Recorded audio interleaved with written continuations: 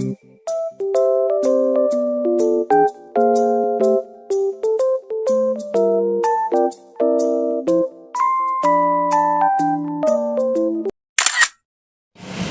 Bella Dirianti dengan NPM 112 sebagai moderator dan teman saya Vidya. Baiklah, perkenalkan, saya Vidya sebagai penyampai materi untuk diskusi pada sore hari ini. Materi diskusi hari ini adalah rabies. Baiklah, teman-teman, saya mulai ya. Di sini ada yang tahu nggak sebenarnya rabies itu apa? Rabies itu bukannya yang terinfeksi akibat gigitan anjing gila kalau di Indonesia? Iya, benar. Tapi sebenarnya rabies itu nggak ditularin lewat anjing aja, bisa ditularin lewat kelelawar, kucing, dan kera juga.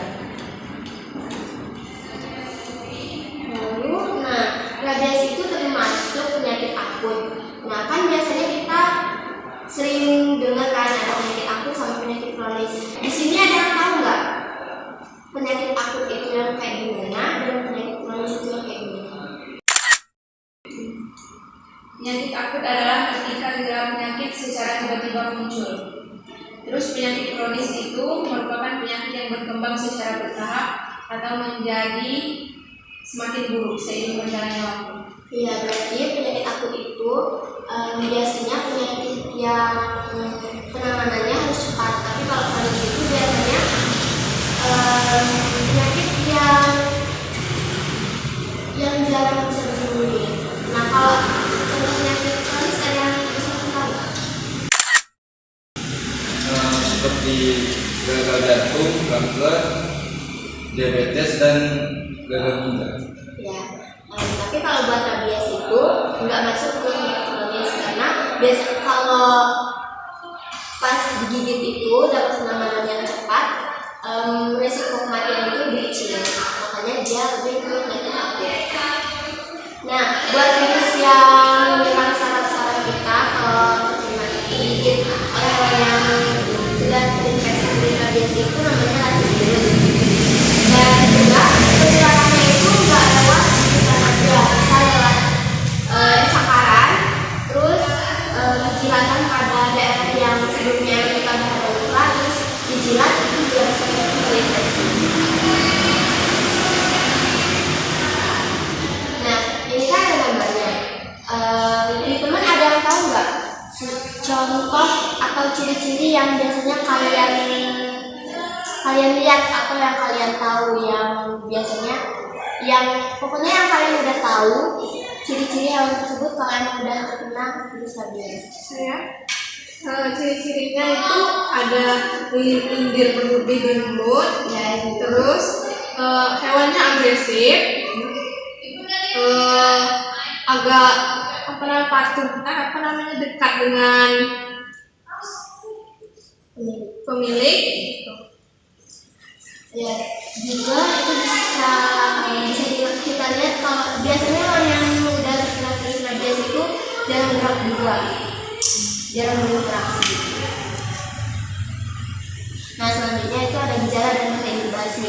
Kalau masa inkubasi itu bisa kita lihat selama 4-12 minggu. Itu kalau emang pasien yang udah terkena virus rabies tadi nggak dapat penanganan yang cepat, baru kita inkubasi pasien.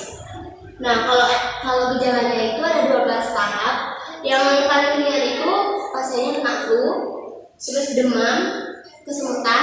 Tapi biasanya kesemutannya itu cuma pada daerah yang digigit atau yang terjilat. Lalu ada selanjutnya itu ada sakit kepala, mual muntah juga, sama merasa gelisah. Habis itu pasiennya pasti merasa bingung. Nah, lalu ada hiperaktif. Baiklah, ada yang bisa kasih contoh hiperaktifnya gimana? Pergerakannya agak nih, Iya, betul. tidak bisa diatur, terus sering kejang-kejang. Itu pasien rabies biasanya yang udah beberapa hari kena tapi nggak diobatin. Terus ada halusinasi atau untuk pasiennya melihat hal yang sebenarnya nggak ada. Nah, pada tahapan kesulitan makan dan minum ini biasanya pasien rabies itu jarang bisa sembuh, resiko kematiannya tinggi. Terus ini juga yang menunjukkan reproduksi tinggi. Nah, di sini ada beberapa komplikasi penyakit yang bisa disebabkan oleh virus rabies. Yang pertama itu distonia atau yang kita lihat sebagai hiperaktif tadi. Terus ada balismus atau pergerakan tubuh tanpa sadar. Lalu ada choreoathetosis, gerakan yang tidak terkendali juga masuk hiperaktif tadi. Lalu ada gangguan motor halus, itu biasanya yang menyebabkan pasien itu sulit untuk, itu yang menyebabkan halusinasi tadi. Lalu ada gangguan pola berjalan, biasanya pasien yang udah terkena rabies cukup parah itu sulit berjalan. Lalu ada masalah pada komunikasi verbal, biasanya juga pasien yang sudah terkena rabies itu susah untuk diajak komunikasi. Lalu ada perubahan kekuatan motorik. Nah, ada beberapa tahapan yang harus dilakukan saat kita tergigit oleh virus rabies. Yang pertama itu mencuci luka selama 15 menit menggunakan air mengalir, lalu diberi antiseptik.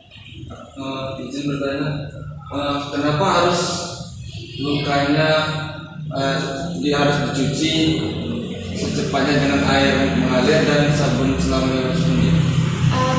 Itu nggak pakai sabun ya. Nah, di sini ada yang bisa bantu jawab? Saya. Jadi fungsinya untuk mencuci luka yang kena gigitan tadi dengan air mengalir itu untuk membuang virus-virus yang melekat di dalam luka karena terkena infeksi dari anjing atau hewan yang terkena rabies. Lalu tahap yang kedua itu setelah dicuci harus segera dibawa ke rumah sakit atau ke puskesmas untuk mendapatkan vaksin anti rabies. Yang terakhir itu penanganan luka segera mungkin. Lalu ada pencegahan, ada beberapa pencegahan. Teman-teman bisa kasih contoh apa sih yang seharusnya kita lakuin buat mencegah penularan virus rabies? Ya.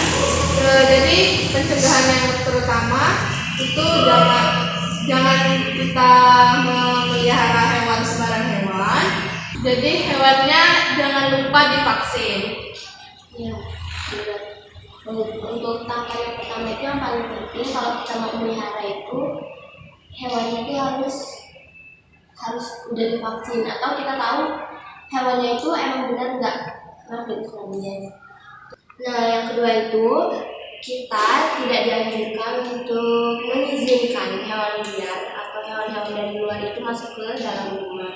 Lalu ada yang ketiga itu kalau kita misalnya punya peliharaan kucing atau anjing itu kita nggak boleh ngebiarin peliharaan kita tadi berinteraksi dengan sembarang hewan, apalagi hewan yang lain yang berinteraksi sama peliharaan kita itu nggak punya majikan, hewan liar lah bisa disebut. Terus yang terakhir itu dapatkan vaksin rabies. Nah, ini ditujukan untuk pasien yang sudah terkena virus rabies untuk meminimalisir risiko kematian. Baiklah teman-teman, sekian presentasi dari saya kembalikan kepada Bapak. Halo teman-teman, diskusi kita hari ini telah selesai. Sekian, terima kasih. Assalamualaikum warahmatullahi wabarakatuh. Waalaikumsalam warahmatullahi wabarakatuh.